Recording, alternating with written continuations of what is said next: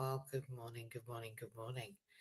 It's 7 o'clock and it's Monday, the 30th of June, and we are live on Clubhouse, on Facebook, on LinkedIn, on Twitter, on Twitch, and on X. I'm MJ Lace, and I do these things relatively randomly in that you may not have seen me live on Facebook for a while. You may not have seen me live on LinkedIn for a wee while. Usually on a Friday night live, I am doing LinkedIn lives because that's what Friday Night Live's about. It's about bringing somebody on live, somebody relatively famous or interesting, and speaking to them about all things inclusion and accessibility. But in Motivational Monday, which is live on Clubhouse, so forgive me if I look down and up as I'm looking at the screen and also the camera. In Motivational Monday, we talk about things that, motivate us. And why do we do that? Because it's Monday, and sometimes it can be a little bit difficult just to get going. So if you've got me and you're listening to me with your eyes closed, laid in bed, then do the 5, 4, 3, 2, 1 and get out. Be out of bed by the time you get to 1. If you've never heard of the 5, 4, 3, 2, 1 method, just give yourself a warning. Give your body a warning.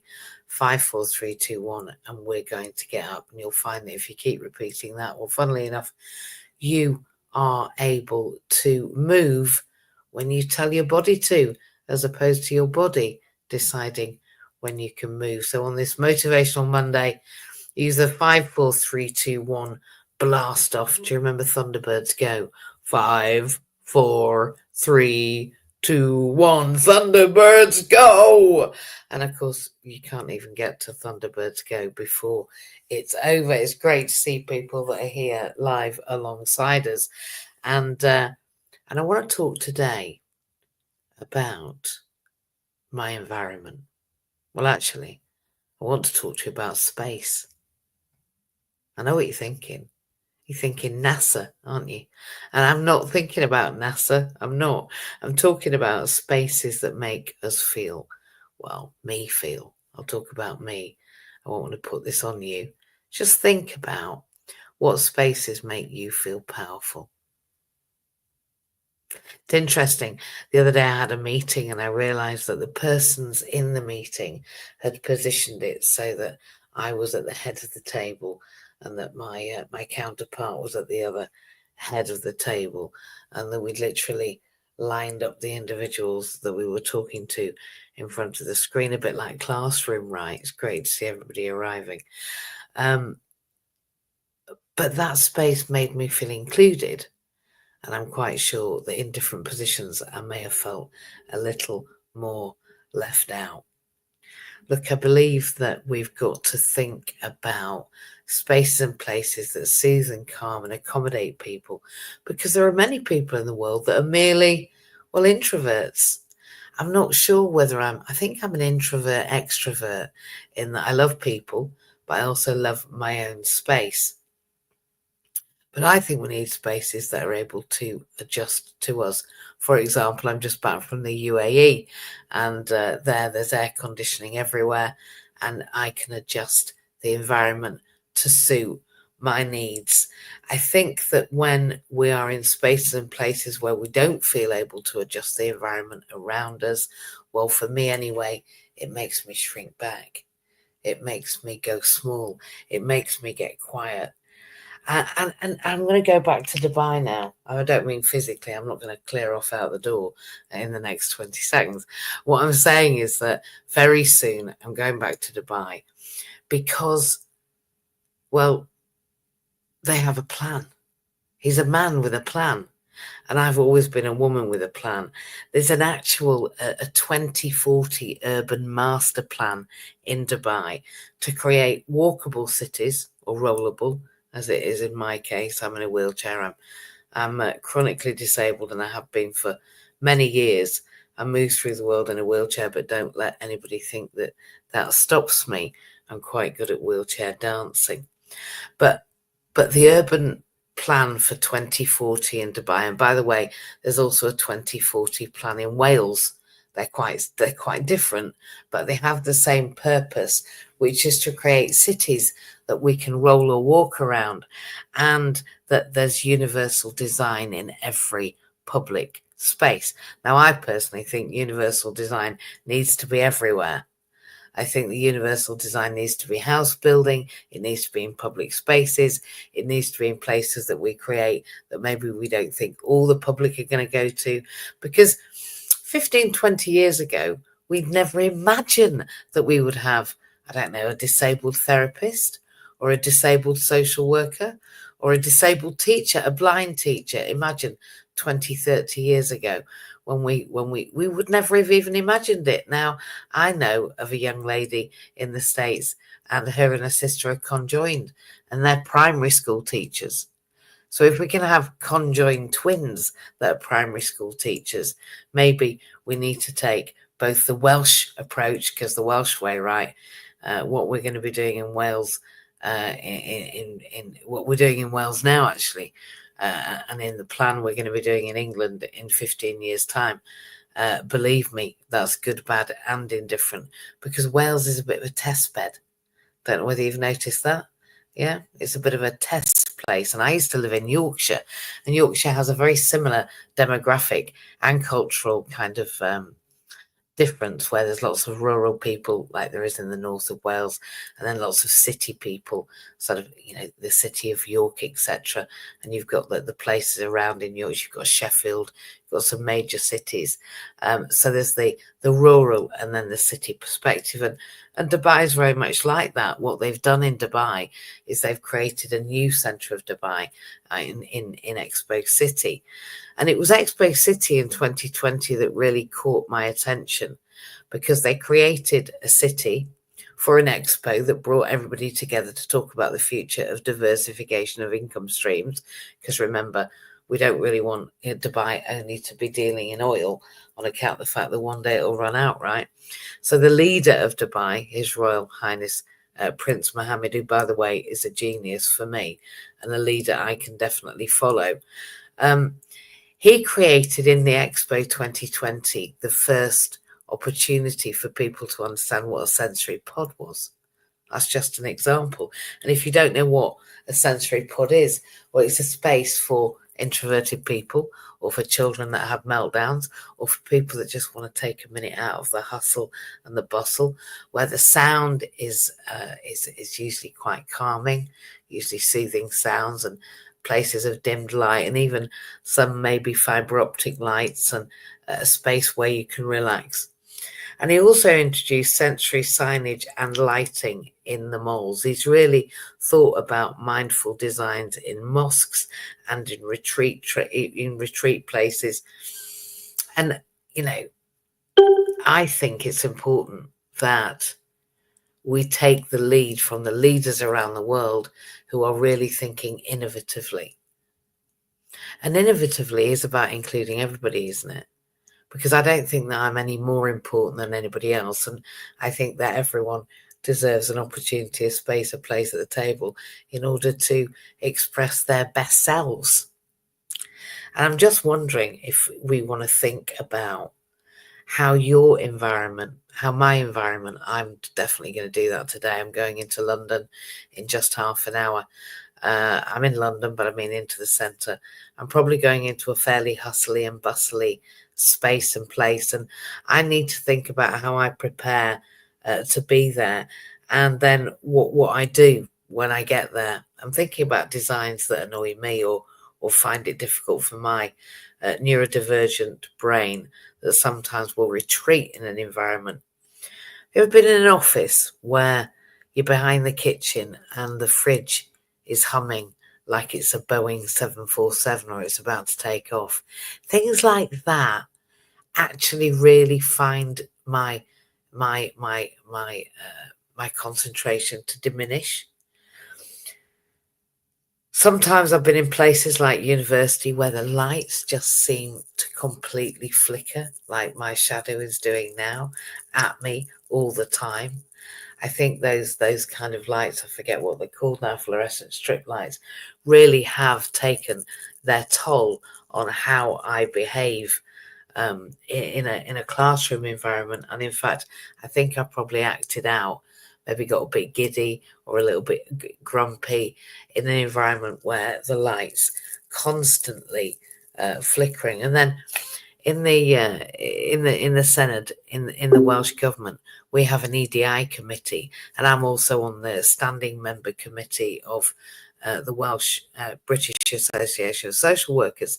Very often now, particularly in the student ambassador meeting, which I'm a student ambassador for Cardiff Met now, for BASWA at Cardiff Met. I'm in my last year of study. I've actually completed my study once, but I've got a placement to finish. We have sensory breaks. Now, I used to think that was a bit like, a bit of waste of time taking a break 20 minutes in. But when I come back after a couple of minutes and, a sip of coffee, which I'm going to have now, to be honest, the greatest coffee in the world, I'll talk to you about it. Because really, my space, the reason I'm drinking this now is so that I'm calm when I go into London. And you're thinking, coffee, what do you mean? She's calm on coffee. It's one of the greatest coffees you'll ever have. It's a healthy coffee. It's a Ganoderma luteum infused coffee.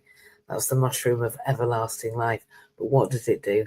It calms down my sympathetic and sympathetic, can't get the word out, system response, keeps my gut biome calm, keeps my mind clear, stops the foggy thinking, even though I am over the age of 50 now, and helps me to concentrate and stay more, centered and mindful. So if you want to know about that coffee, give us a shout, because I can hit you up.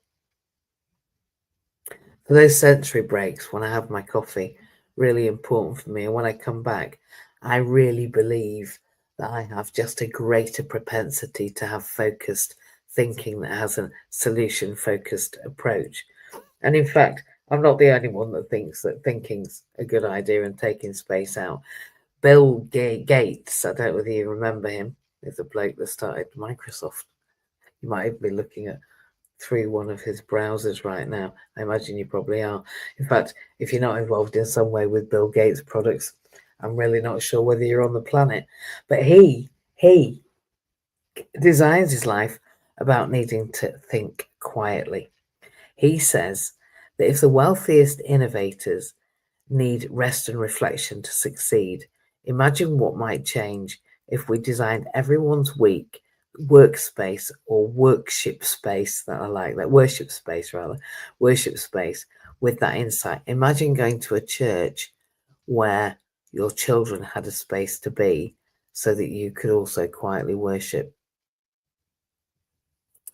I know in Google and places like that, and I was just looking, I was on the roof in New York with a friend and colleague, Cindy Gallup, who has, she's going to globally change the future of sex education. But I was on the roof of her house at the Sky apartment, and I was looking over at the rooftop of I think it was Google, and they've got a tennis court on their rooftop.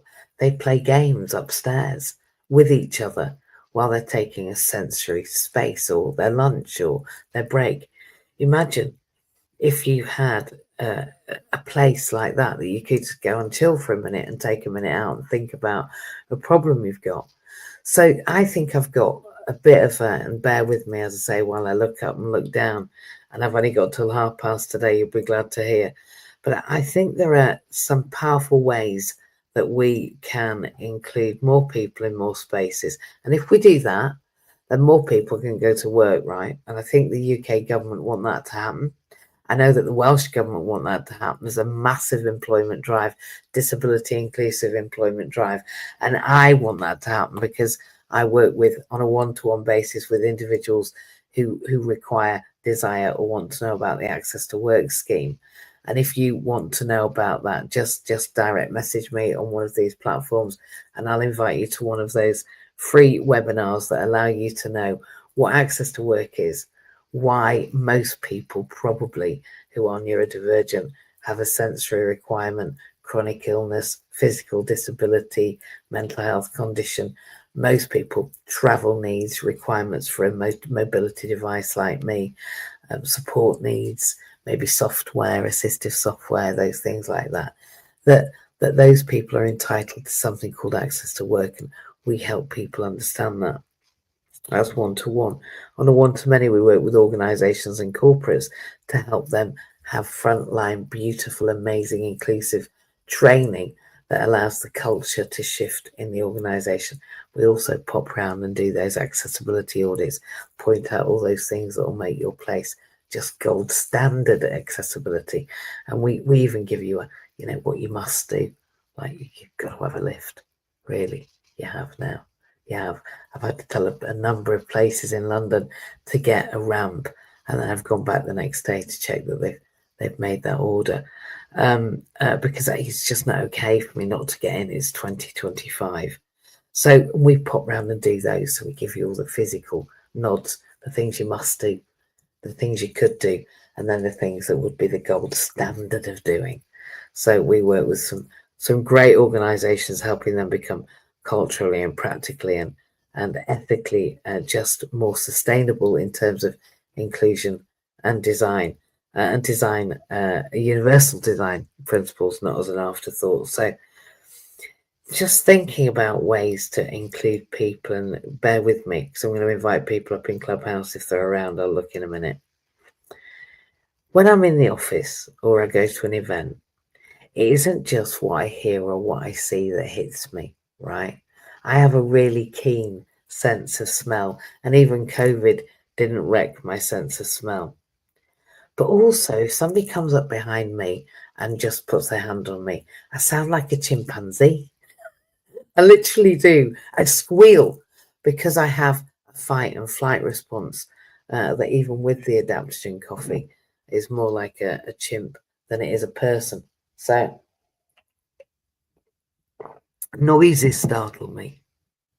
Lights, as I've discussed with you already, the sensory flickering, these strips, they glare at me. And then textures, like my hand doing that right now in the camera, I'm giving that little bit of a shadow. Textures can overwhelm me. How things feel on my skin, whether there's an air draft blowing at me. I sound like I'm a little bit precious, don't I? But some of those things can distract me. They can disorder my thinking. And then even when I go to parties, which, by the way, I'm an extrovert and I love people, everyone heads to the kitchen. I wonder why. Well, I think it's because they're looking for a quieter space just to take a bit of breathing room. Like, I think extroverts call it a recharge. I think introverts call it peace. I think neurodivergent minds call it safety, because that's why I do it. So I think that if we layer our lighting at what I've determined in as with a little bit of love. I've got one of those Alexa things that connect to my hub bridge. And if you want to know about a sensory inclusive environment for your home, your bedroom, being able to turn the light off when you're in bed and turn the light to purple or red or whatever color you want your bedroom light to be on a night. I use purple, by the way. I'm not up for red light on a night in my bedroom. Just saying. But I think that having really harsh light, and I often sit with the curtains closed, the lights dimmed, can really distract you and makes you feel like you're in a hospital, right? So tone the lights down. Now, I just think that we've got all of that now. We've got a Philips Hue. Here I am, and by the way, I'm not funded by anyone to say this stuff. Philips Hue hubs, and we've got Alexas, and we've got sensory lighting, we've got plugins, we've got Wi-Fi. You can control everything from your phone, except your family members. Yeah, I'm just thinking about that. I wonder if I could have ordered one of the children via the phone. I think maybe I did when they were children. Come upstairs, come and see me. But then in the office, I have an uppy-downy desk because my wheelchairs are at different heights. But what about if people just want to stand up to work? And actually, we know that standing and stepping on the floor on a sensory mat, which we also provide, by the way, there are standing sensory mats that are fantastic for really, getting that lymph gland fluid moving through your blood moving through your body, getting rid of all of that rubbish, getting rid of the I forget what they call those macrophages. I forget what they call it that come in your blood, and you've got to get rid of them. A way through it is, standing on a sensory mat. So an uppy downy desk, let people do how they want to do work. I don't work just writing things down. I write it on a notebook that changes it into text. I then draw a mind map. I do some boxes. I do a bit of doodling. I write notes on post-it notes. I stick notes of post-it notes on my screen. I put things in order. I make lists in ChatGTP. I draw myself a picture if I'm feeling, that way. I've got a gratitude diary. It's got pictures. It's got words. It's got one words that I've thought. I've got words tattooed to myself in order to really think about things in a different way. Let people write and talk and draw and play tennis. Some people need a game of squash to sort out a problem that they've got going on at work. Let people be the co-designer of their space from day one. When you interview somebody, don't interview them with a view of seeing what the problems are. Interview them, particularly if they're disabled or neurodivergent or sensorially challenged, and ask them what would suit them. That's like an opportunity in a box. You've got somebody there, they're desperate for a job, just not being funny here, but encourage them. What does that mean then? It means you're getting an authentic interview. And then maybe you're getting somebody that suits the job, and somebody that suits the organisation, and somebody who you can work with, and somebody who's feeling open and able to speak to you. Then I think we need to document the journey. And here I am doing it, right? I don't enjoy it. When I say I don't enjoy it, I enjoy it once I get going, but I don't enjoy the thought of it. I don't know about you. Do you like showing up without makeup first thing in the morning, live on public, whatever, talking about anything? For some people, speaking publicly is the most terrifying thing. Apparently, it's the most feared thing in the world is speaking publicly. So that's why I've done it.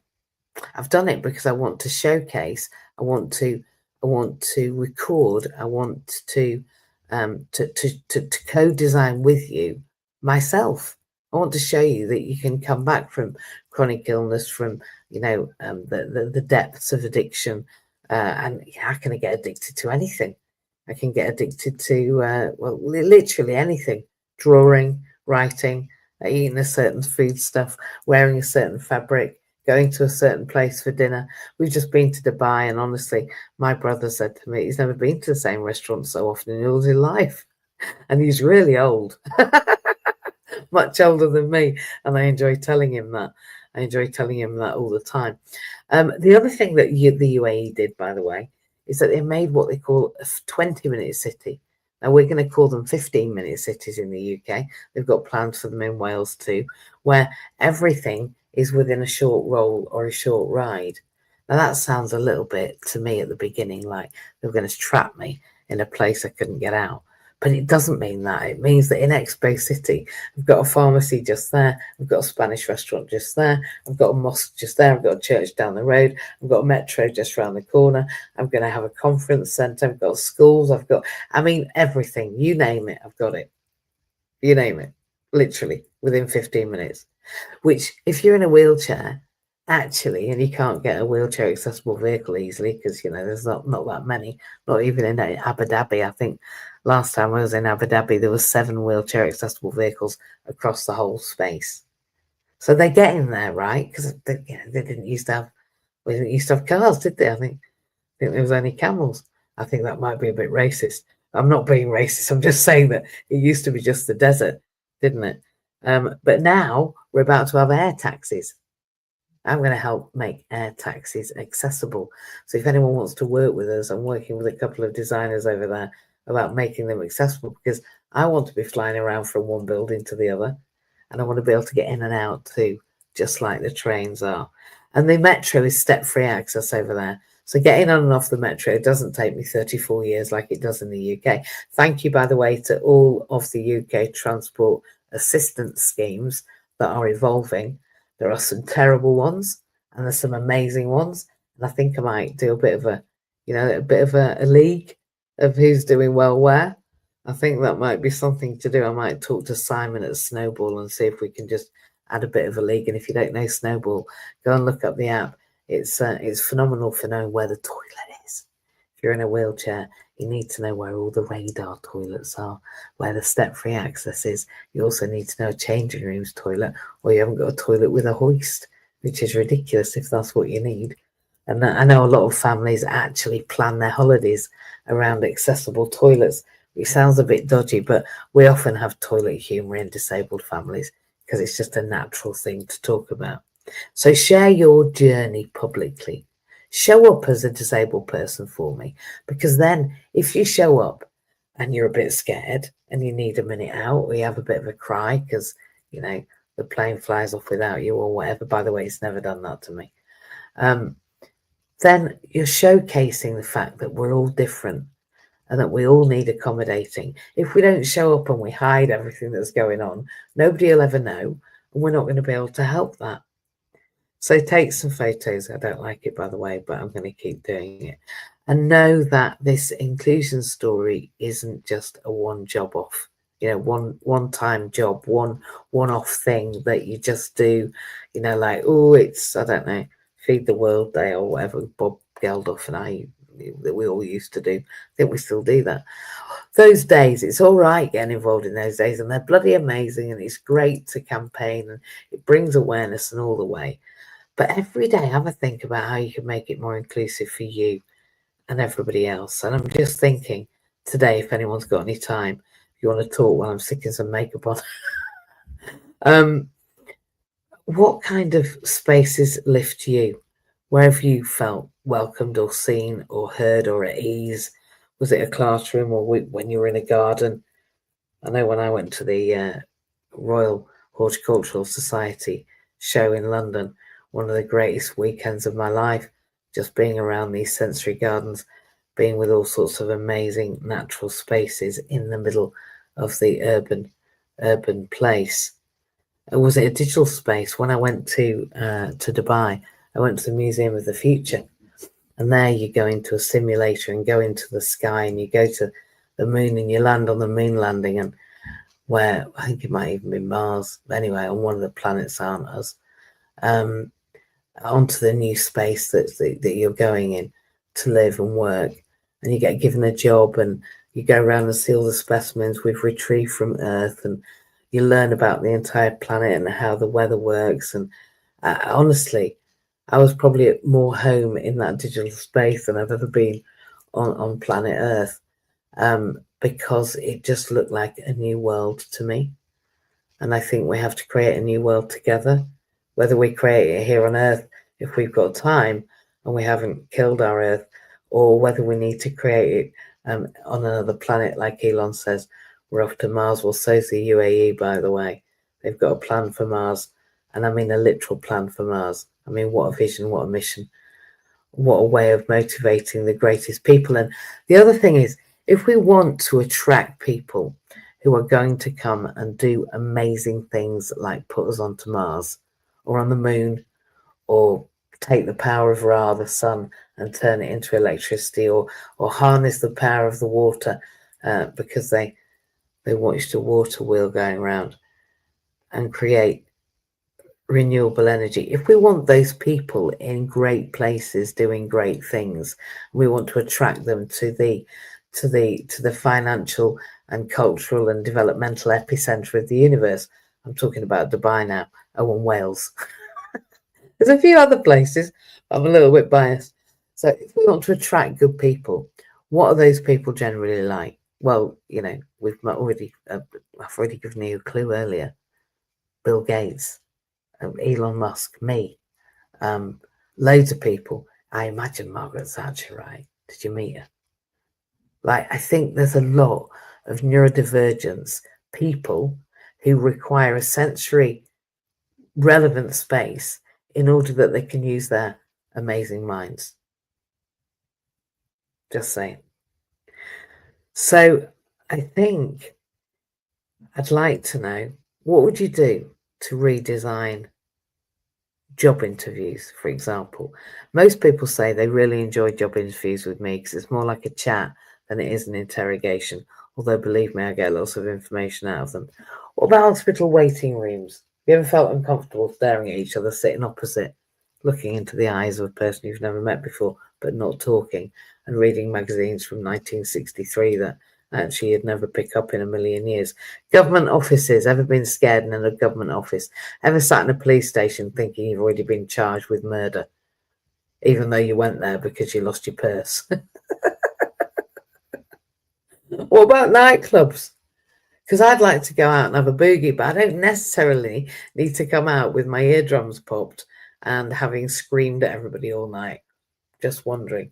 I mean, I like those sensory nightclubs where you put your headphones on, silent discos where everybody's dancing to their own music, because it's brilliant. I just think dancing to your own music is an analogy for being yourself. And I think don't blame and shame, because why would we blame and shame people that don't know what they're doing? Every shop that I've gone to around here, I've just gone, look, can you just do that? And they're like, I don't think I might have to make something. I'm like, don't become that. Don't be making things for your shop, mate. It's not health and safety conscious. Look, come here. Here's a link. Just measure your step with your phone. Let me show you how. And then order this, and it's 60 quid and you're done. So show up regularly this week. I'm going to give you a couple of things that I think you should have a think. Who's being left out here? Everywhere you go. Who can't get in? Who might I be able to help? Might I be able to watch out for helping that person with the buggy in? Because it isn't just me on wheels. Right, babies are on wheels too. And they've got mums with them. And they often have loads of shopping too. So just have a think. Because I think when more people can enter, more magic can be learned. And I'm up for magic. I'm up for magic. I really am. I'm up for magic. I'm up for you. And I'm up for listening to my amazing friend, who, by the way, has just arrived. So I'm going to unmute on Clubhouse, and I'm going to unmute. I already have everywhere. And I'm going to let everyone listen to, if we can hear her. Let's see if she can come. I've got about 4 minutes. Let's hear from Alexia and see if she heard any of that about inclusive spaces. I know Alexia's just been in hospital. Good morning, Alexia. Good morning. How are you? I'm all right. Well, I call it Preston's challenge. I'm out with Belle. Yeah. My wheeled walker, learning to walk again. Well, I'll tell you where we are, shall I?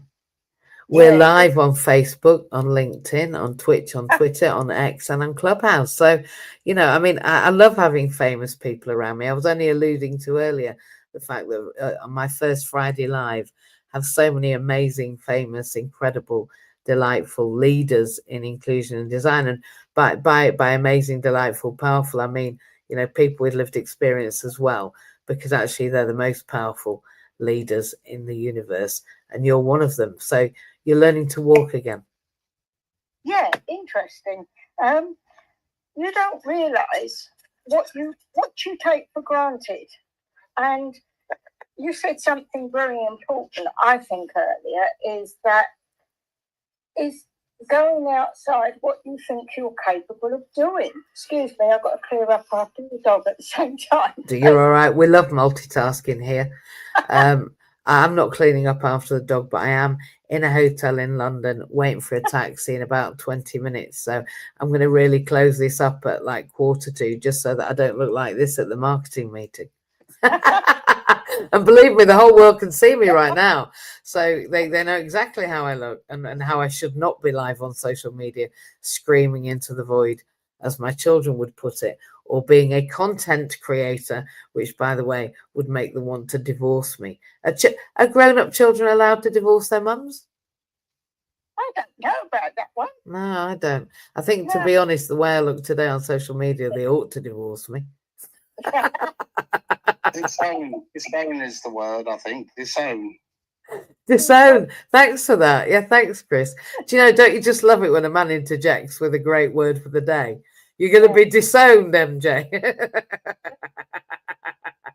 So Belle will disown you if you don't clean up after her. Have you sorted out that dog poop now? Well, she's actually just blocking the pathway at the bottom. And left in holding the walker. She's making a point. Trying to clear up at the same time. She knows she's on one side, and she's missed me.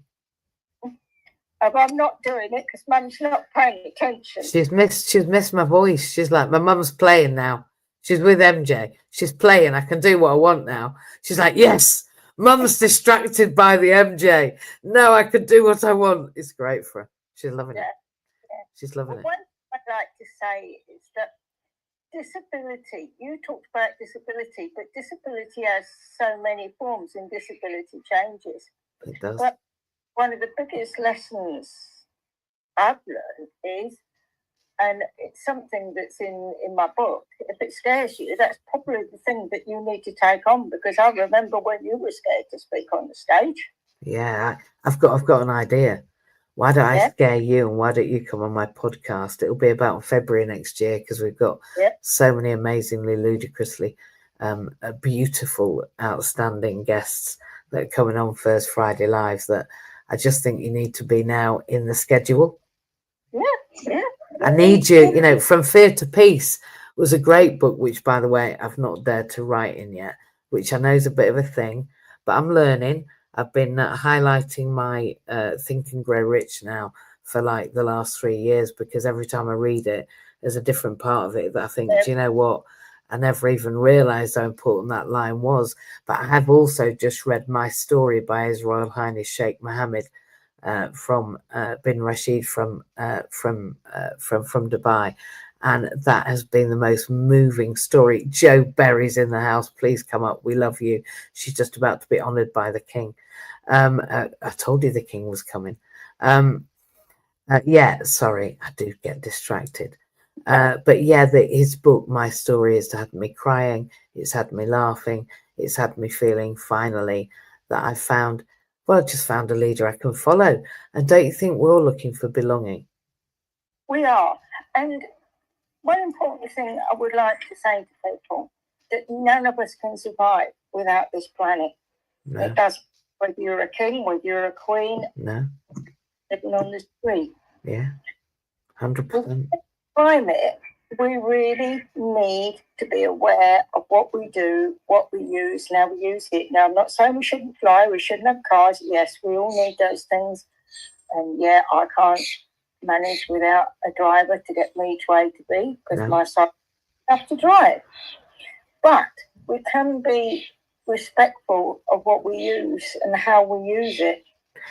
And interestingly, sustainability, right, is just a bigger picture now, because 15 years ago, people were talking about it as a thing to think about by somebody having a bit of a job that went, I tell you what, have a look at sustainability while you're doing all the X, Y, and Zs that nobody else wants to do in this business, right? That's how it began. That's how it began, right? And I believe now it's front and center. However, the difference between when it's in policy and in practice is about 10 years. So we've got a long time before sustainability by design is embedded in people's heart space, which is, by the way, the only place where I believe people move from. We don't move from our head space, because our head space is a thing that flickers in and out, the millions and billions of thoughts we have every year, and the 10,000, or however many it is, there's too far many for me to remember in a day. And especially if you've got a processing speed like mine. So ideas are 10 a penny. Action is the way forward. But if you just think about this for a second, Alexia, a sustainability in terms of inclusive spaces is also part of sustainability, because sustainability is about us staying on a planet as a species. Now, if we're going to stay on a planet as a species, the way to do that is to help everybody be included and be economically active, and allow all the thinkers like the Bill Gates and all the other people, Steve Wozniak and the Mandy Janes and the Alexia Franklin, the dyslexic, dyspraxic, autistic, sensorially challenged people, to actually move and work and think in the world. And then we'll get some global solutions for this sustainability market. But there's also one other point that a lot of people don't realise in the business world. You and I both know from our experiences how many people that are in the business world that are major high flyers and have major disabilities. But if their companies knew that, they wouldn't hold that position. Wow, that's heavyweight, Alexia. That's heavyweight. It's true, though, isn't it? It's true, Chris. Yeah. It's true. Yeah. I've got people hiding mental health. I've got people hiding neurodivergence. I've got them hiding stomas. I mean, when you've got to, What are you looking for? well, Go on. I know, but No, hopefully not. no, Hopefully not. they have to hide. Literally, people have to hide the fact that they're catheterized. It's hysterical.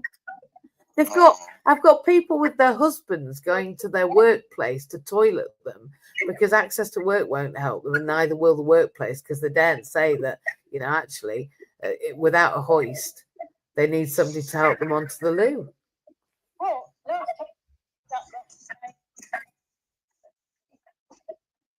just the question the hospital she got up to 6 hours. But You're breaking up. Oh, hold on. no. You're breaking up, Alexia. Can I just say good morning to the lady on the stage, Chris? I know you're also a lady, Yeah, Alexia, yeah. but good morning, Joe. Hello. Hello, how are you? Morning. I am good. Congratulations. Thank you. Tell everybody what you're getting, because we've only got a couple of minutes, and I want to introduce you and say, this is Jo Berry, everyone. She literally provides peace all over the world, which is a handy thing to do. And she did it because she had a really horrible thing happen to her, but she's made the best of it. And now you're getting what? I've got I've got a CBE. There you go. That says to peace and reconciliation, which is so cool. You're a commander. I know. Commander Pete. Commander Joe. It's a little bit odd. I'm still in shock. Well, I don't think you should be. My imposter syndrome had a field day, but I'm now okay. Well, you better be, because you're the best. Well, I got it on the day that a lot of bombs were going off. It was a bit ironic, but that's okay. Well, the point is, it's the juxtaposition of the fact that you need to be here. If none of those bombs are going off, right? Just saying, we don't need a peacekeeper. So, I mean, I know you'd quite like to retire at some point and just live your life and not have to change the entire world. What I've decided is that 10 years, and with this CBE, which is a bit of a game, but I'm playing the game.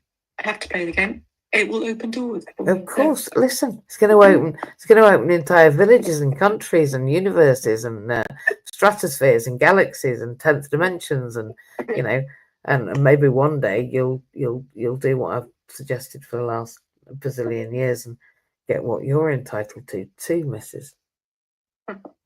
Well, this is getting Joe. Joe. Yes, Chris. Is it all right to ask Joe a question? Is that all right, Joe? Yeah, as long as it's not maths. I'm not good at maths questions. No, not maths. Right. Me either. What is the difference between harmony, and peace?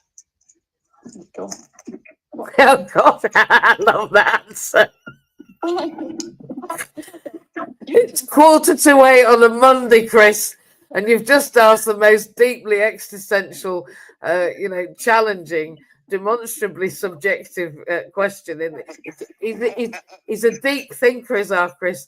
Now then, Joe, come on, answer the most difficult question of the year on a Monday morning. Do it.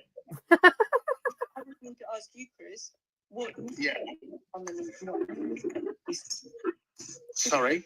I'd have to ask you what you mean by the word harmony and what you mean by the word peace. Yeah, no. Right. Peace is a piece of peace for me because it's momentary.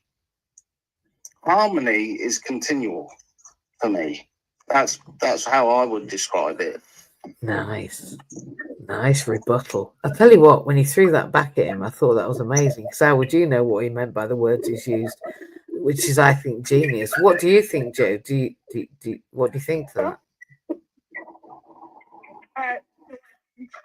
Get your just mute, Chris, while Joe's talking. Yeah, it's a bit noisy, right? Okay. So for me, peace is actually sustainable. It's actually a place we could all live in, which we don't, which we can aspire to. Because peace is about all our needs being met, and it's sustainable, and it's about equity. and harmony is in there. So Yeah. for me, it captures it all. I And knew we were connected. we can have moments of it. But then also peace for me is also accepting that we don't live in peace. Yes, That there are bombs going on. absolutely. Massive injustice. Yeah, and if we don't do that right, it will destroy us. Yeah, exactly. It will destroy our mental well-being, because the reason we've got so much dissatisfaction, in my humble opinion, is because people are always moaning, right? Right, and I'm not having a go. I know things are a bit poop. I know they are, but they can always be more poop, and they can also always improve.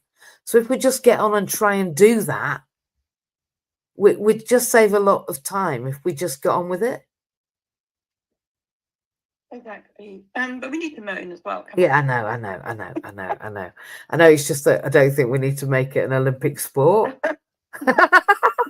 Maybe it has its purpose, and then we have to let go. Yeah, a little bit, just a little bit now and again. You know, if you go on a bus in the UK, there's loads of moaning. Yeah, go on. Joe. Yes.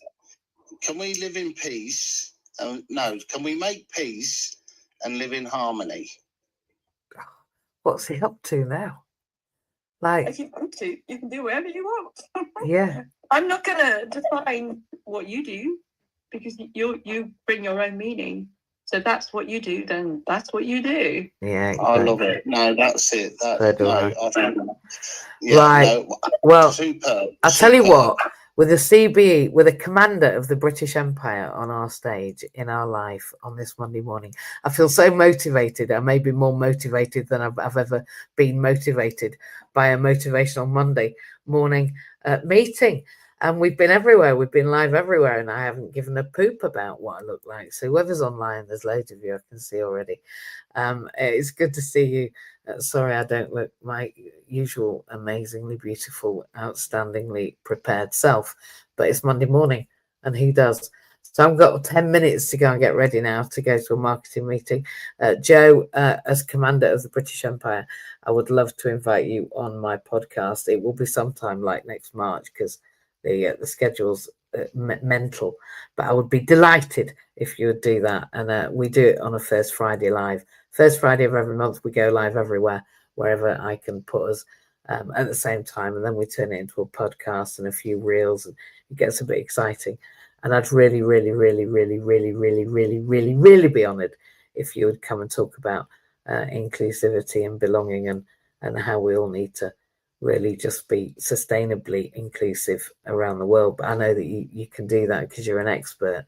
So I'm going to ask you publicly, would you be willing to do that, or are you interested in that, Joe Berry? Yeah, March is looking pretty good. I like that. I'm going to tell Jem, that's my PA, because I don't do the calendars, or you'll be in the wrong day at the wrong time on the wrong Friday, at the wrong Friday live with the wrong link, with the wrong host. So I'm going to get Gemma to book that in the diary, because I adore you.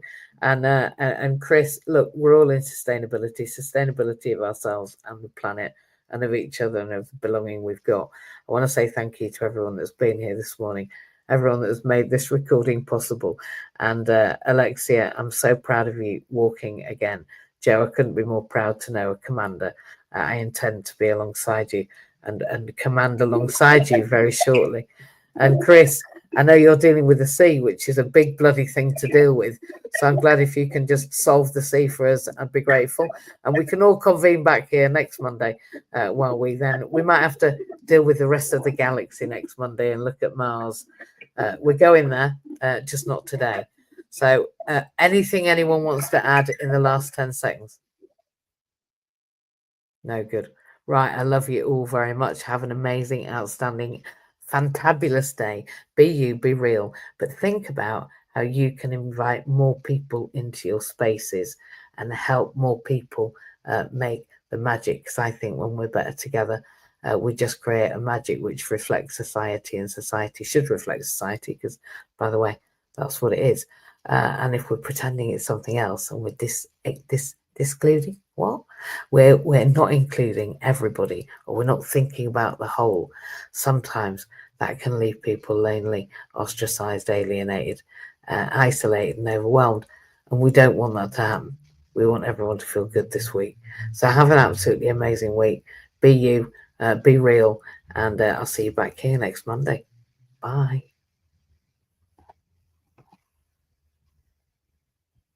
Bye, everyone here too.